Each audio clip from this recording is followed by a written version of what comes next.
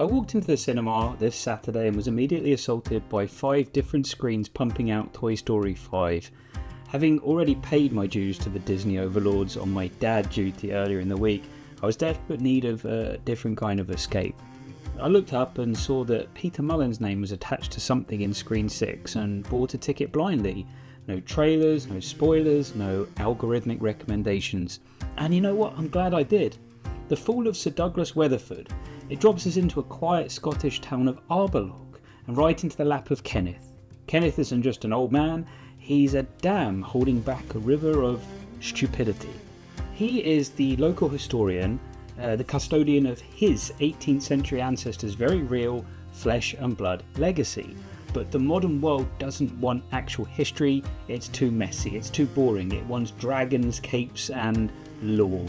So when the production of a massive Game of Thrones knockoff called The White Stag of Emberfell rolls into town, it's not just a film crew, it's a virus. We watch the town eagerly pave over its authentic heritage to become this cheap, plasticky theme park for tourists, and it's the ultimate metaphor for, I think, the modern box office. Truth being actively evicted to make room for content.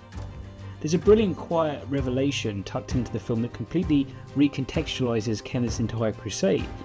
As it turns out, Sir Douglas Weatherford wasn't exactly the towering titan of history that Kenneth makes him out to be. Much like the desperate curation of legacy we saw a few weeks ago in Savage House, Weatherford's noble standing is a bit of a facade. He was a deeply flawed, largely unremarkable guy who benefited from good PR back in the day, and the fog of time. The town isn't just replacing history with fiction, they're replacing an old analogue fabrication with a shiny corporate one. And this is where the film lands an unexpectedly poignant punch. When the shaky reality of Weatherford's legacy is laid bare, Kenneth's fight suddenly stops being about historical accuracy and becomes about the sheer desperate value of authenticity.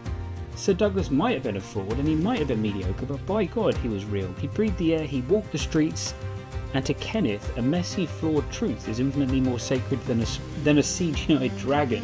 He isn't losing his mind to protect a hero, he's losing his mind to protect the simple fact that the past actually happened. At the centre of the content machine, replacing Kenneth's reality, is Oscar, the handsome lead of the fantasy garbage infecting the town. There's a brilliant dynamic here which shows the kind of Hollywood conveyor belt. Oscar represents every actor cashing massive checks for a franchise, but throughout it he's crying about wanting to be taken seriously and audition for Hamlet. He desperately wants the validation of high art while serving as a poster boy for the very machine that is suffocating high art. It makes Kenneth's anger towards him so much more potent. Kenneth is projecting genuine meaning onto an industry that openly knows it's peddling trash. This is where the film finds its heart and where Peter Mullan absolutely elevates the material. From Kenneth's perspective, he's the last sane man on earth. He's fighting a noble philosophical battle to keep reality alive, but to his family and to a world completely apathetic to the past, there's no grand crusade. They just see a grieving, lonely widower who's starting to lose his grip on reality. Defending history and holding on to a higher standard doesn't make you a hero to these people.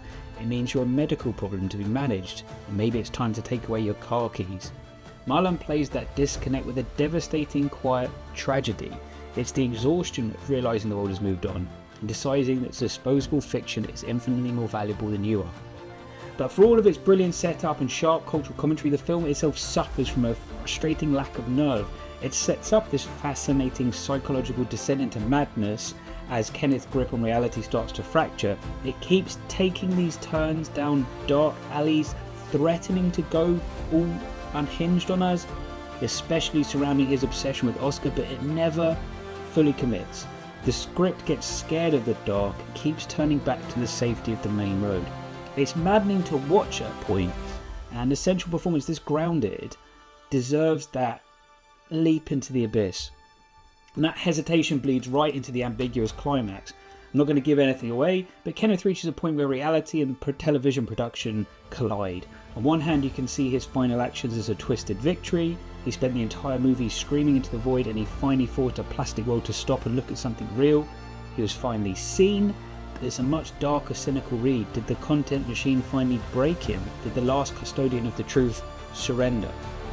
I honestly don't know if Kenneth won by making them hear him, or if he lost by fully embracing the fiction, but I do know this: when 5 screens next door are churning out Woody and Buzz for the 5th time to exhausted parents, Screen 6 was actually trying to say something real about ageing, cultural gentrification, and the absolute terror of being left behind.